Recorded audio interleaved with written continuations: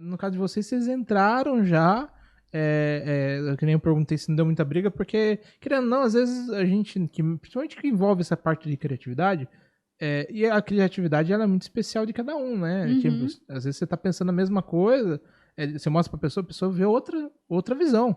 É por isso que eu perguntei se não tinha briga, muita discordância nesse ponto de vista, assim, porque é muito diferente, um casal tá dentro Sim. da mesma faculdade.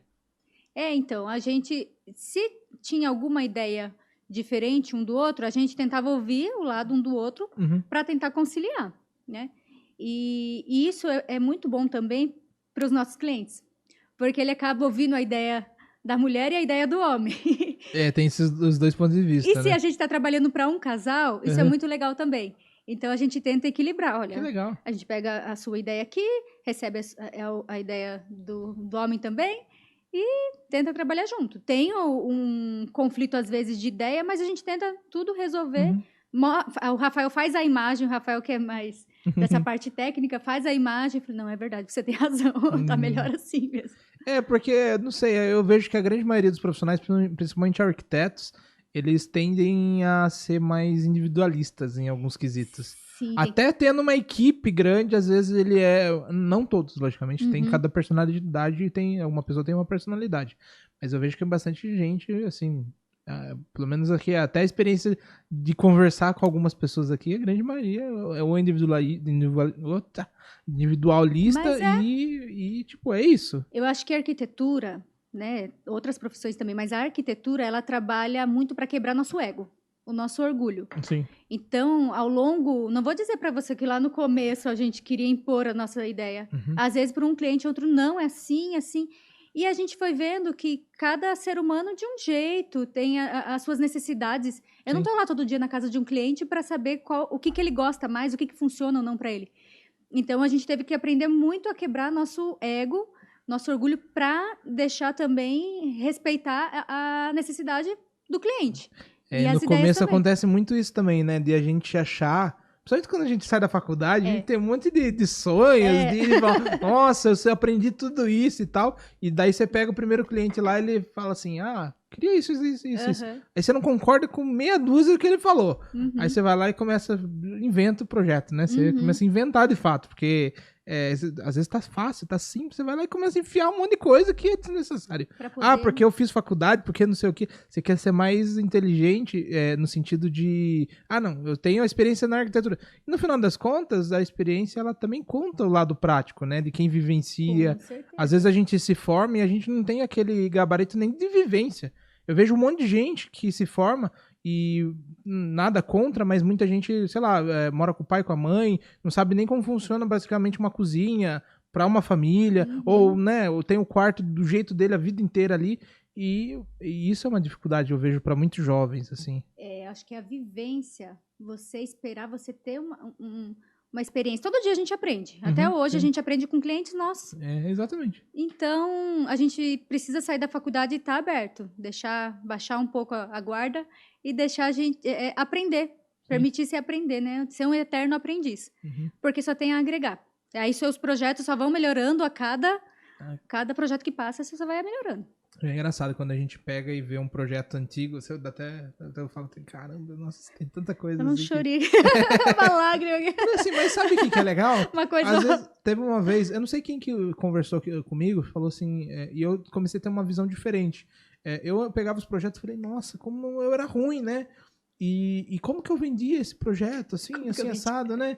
E daí a gente começa a ver e fala assim, não tem outra forma de você ser diferente. Você não começa preparado, você tem que ir cumprindo etapas, entendendo que aquilo ali não funcionou ou que funcionou. Por exemplo, já aconteceu, e é recente, de eu fazer o projeto, chego lá na obra e falo, poxa, poderia ter facilitado aqui. No próximo projeto, você já tem uma solução para aquilo. Você já sabe. E é o que você falou, vai melhorando. Tá? Tem que estar aberto. Pra você, assim, então, entre vocês, assim, essa parte é bem tranquila, assim, hoje sim. Já no foi começo, mais difícil, não, já foi mais difícil. Então, a gente teve que aprender a lidar, né? Com as nossas diferenças, juntos. Mas, assim, desde o começo foi difícil, mas também a gente sempre ouviu, né? Ouviu o lado um do outro. Mas hoje tá bem melhor, né? Aí eu vou preparando, vou perguntando os meus anseios, vamos dizer assim. Porque eu acho que em vocês sempre foi dose dupla tudo, né? Não sei se com vocês, assim, não é que, eu não vou usar essa palavra, mas não é bem isso. Às vezes bate uma dúvida se o que você tá seguindo, ela tem um propósito e tem, por exemplo, que nem eu acho que a gente tava conversando em off. Quando eu saí da faculdade, eu tinha certeza que eu gostava muito da área de fazer grandes projetos, no sentido de fazer um hospital, fazer projetos assim, que é para a população, sabe? E eu tinha, claro, a certeza que não tem como começar já nisso, né? Uhum. E daí você começa, não, vamos pra cá, vamos testar, né? Sim. E daí você começa a falar, poxa, não é bem isso que eu quero. Aí você vai, poxa, não é. Você vai quebrar a cara em várias etapas, né?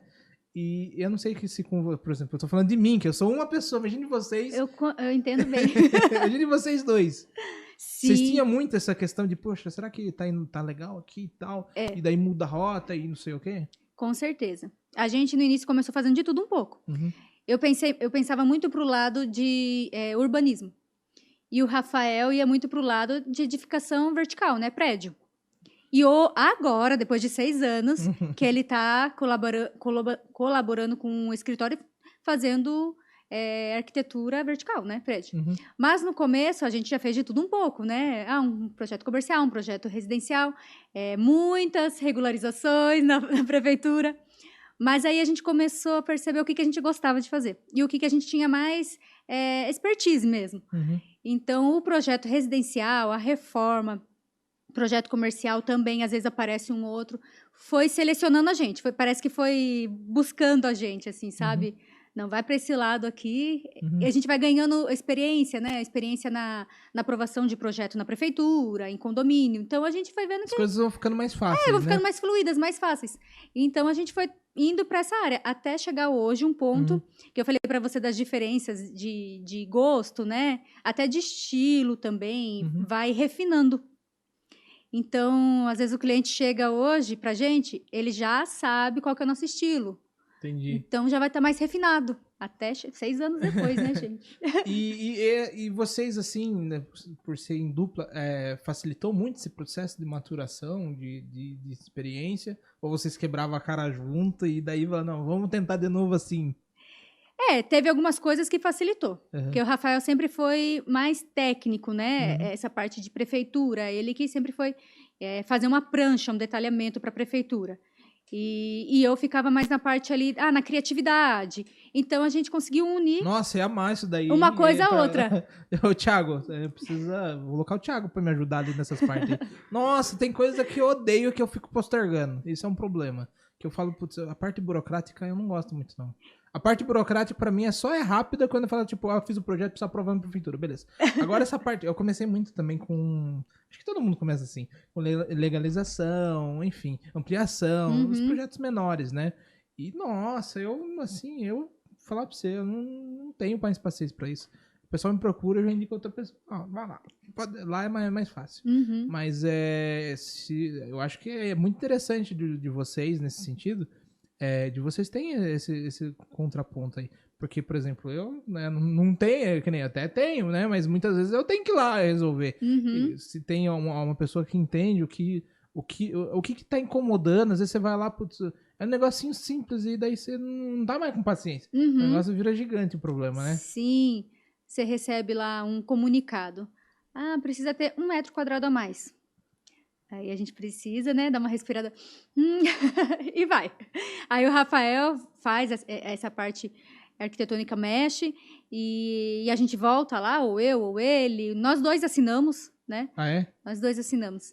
E como que vocês dividem quem que assina quem? Ok. Geralmente, depende para quem chega o projeto.